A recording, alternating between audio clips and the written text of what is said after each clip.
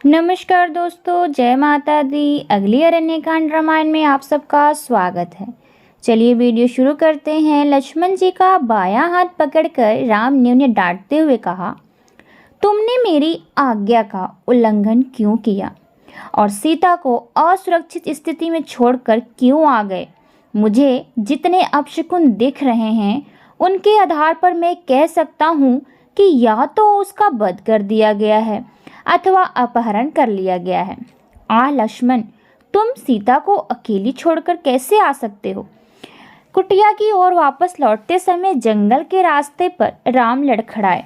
सीता की सुरक्षा को लेकर बहुत अधिक चिंतित होकर और उसे अकेली छोड़कर चले आने के लिए लक्ष्मण से रुष्ट होकर राम किसी पागल की भांति विलाप करने लगे।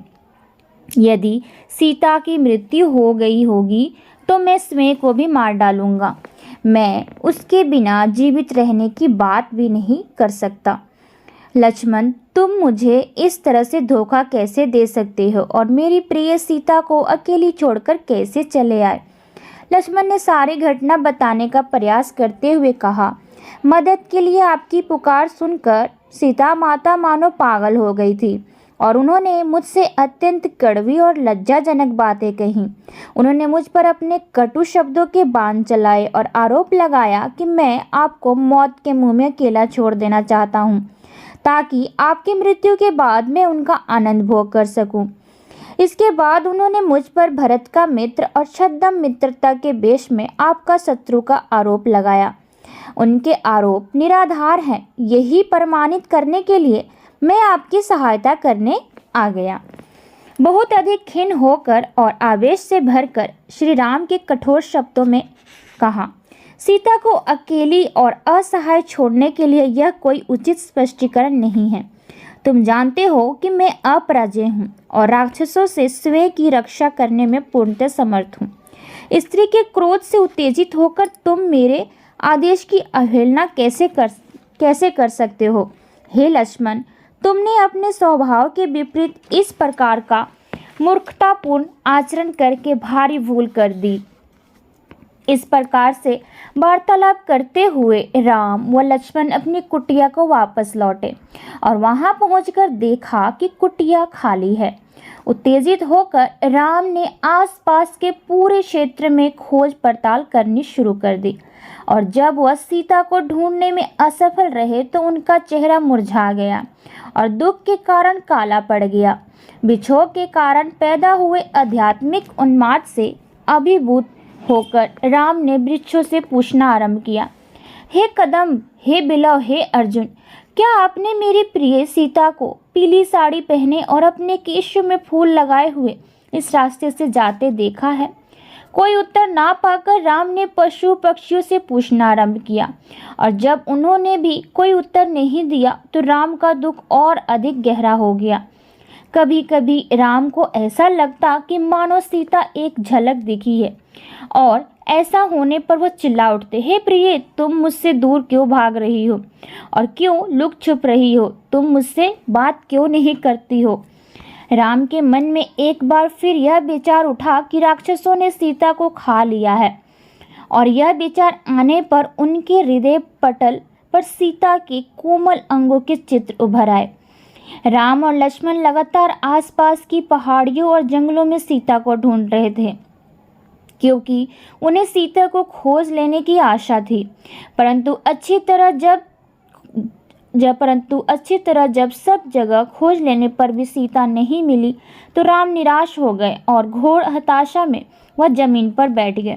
परंतु लक्ष्मण ने राम को सीता की खोज करने के लिए उत्साहित किया और फिर वे कुछ और वनों, पहाड़ियों और मैदानों में भटके। अंततः राम ने आस छोड़ दी और गहरे दुख में डूबकर सोचने विचारने में असमर्थ होकर बेजान मूर्ति की भांति बन गए।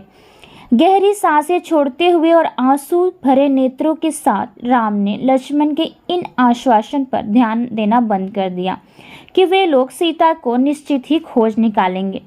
प्रेम की मार से पीड़ित होकर राम असहाय स्वर में बार बार सीता सीता की पुकार करने लगे। इसके बाद पागलपन की स्थिति में राम चिल्लाए, मेरी प्रिय, क्या तुम मेरे साथ लुका छुपी खेलने का आनंद ले रही हो? मैं विनती करता हूँ, दया करके इसी समय मेरे पास आ जाओ, ताकि मुझे इस असहनीय पीड़ा से छुटकारा मिल सके। जब सीता नहीं आई तो राम और अधिक निराश हो गए और उन्हें विश्वास हो गया कि निश्चित ही राक्षसों ने उसे खा लिया है।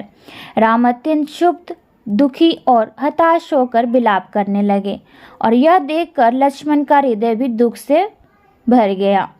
राम बोले, हे लक्ष्मण, कृपया करके गोदावरी नदी के तट पर चलो। संभवतः सीता वहां पर कमल के फूल एकत्रित करने गई होगी। कुछ समय बाद लक्ष्मण खाली हाथ वापस लौटे तो राम स्वयं नदी के तट पर गए और वहां उन्होंने वृक्षों और पशु पक्षियों से पूछना आरंभ किया। रावण के भय से किसी ने भी कोई उत्तर नहीं दिया, परंतु तभी राम ने देखा कि एक हिरन उन्हें अर्थपूर्ण नजरों से देख रहा था। राम ने हिरन से पूछा और उसकी आंखों में झांक कर उसका उत्तर पढ़ने का प्रयास किया। हिरन ने ऊपर और दक्षिण दिशा की ओर देखकर मानो राम को उत्तर दिया, मानो वह कह रहा है कि सीता को आकाश मार्ग से दक्षिण दिशा की ओर ले जाया गया है।